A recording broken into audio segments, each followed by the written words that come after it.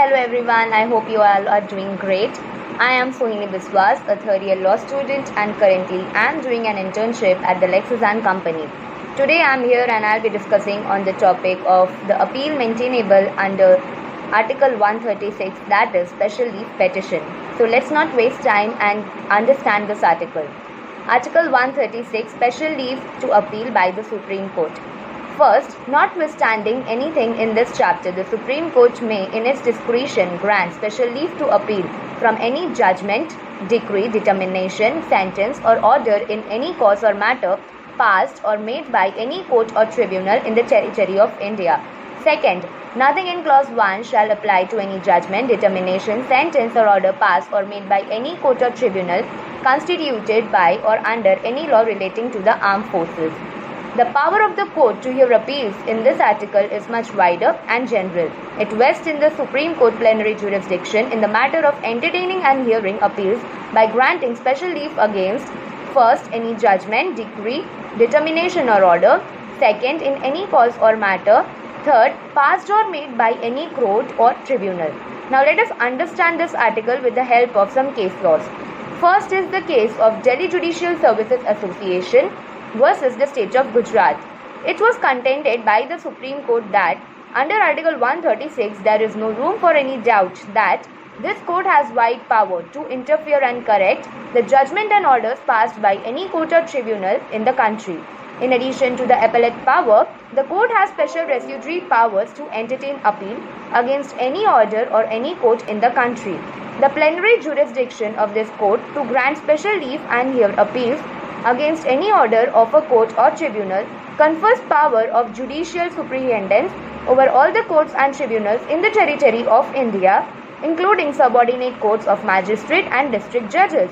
This court has therefore supervisory jurisdiction over all courts in India. Next is the case of Arunachalam versus PSR Sathanantam. It was again contended by the Supreme Court that Article 136 of the Constitution of India invests the Supreme Court with plenitude of plenary appellate power over all courts and tribunals in India. The power is plenary in the sense that there are no words in Article 136 itself qualifying that power, but the very nature of the power has led the court to set limits of itself within which it exercises such powers.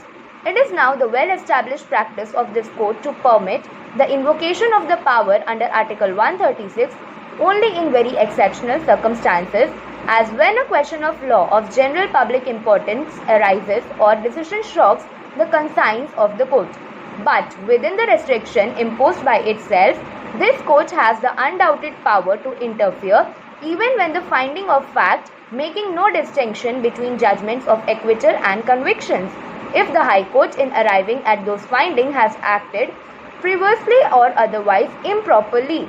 The Supreme Court is very reluctant to interfere with the concurrent findings of fact save in such most exceptional cases, as for example when fact has been arrived at disregarding legal principles or where the conclusion arrived at by the court below is improper and perverse, or where the evidence is such that no tribunal could legitimately infer from it the accused is guilty, or when the accused has been convicted even though the evidence is wanting on a most material part of the prosecution.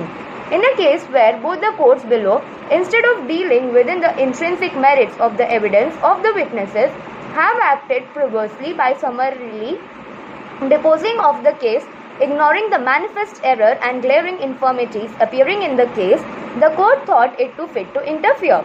The Supreme Court has also observed in the case of Pritam Singh versus the state that the power under Article 136 is to be exercised sparingly and in exceptional cases only, and as far as such possible, a more or less uniform standard should be adopted in granting a special leave petition in wide range of matters which can come up before it under this article.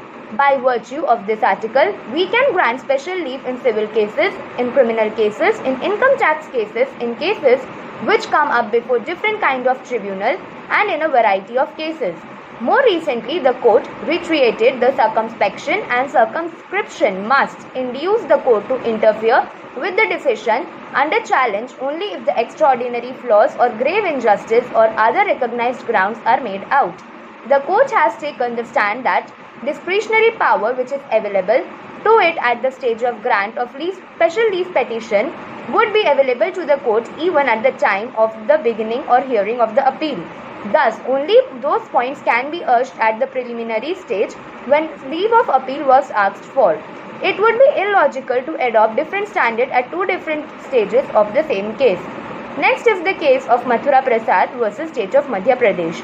The Supreme Court interfered with concurrent findings of the fact of the court below on the grounds that the findings suffer from the vice of preservity. Now, what is the conclusion that we can derive?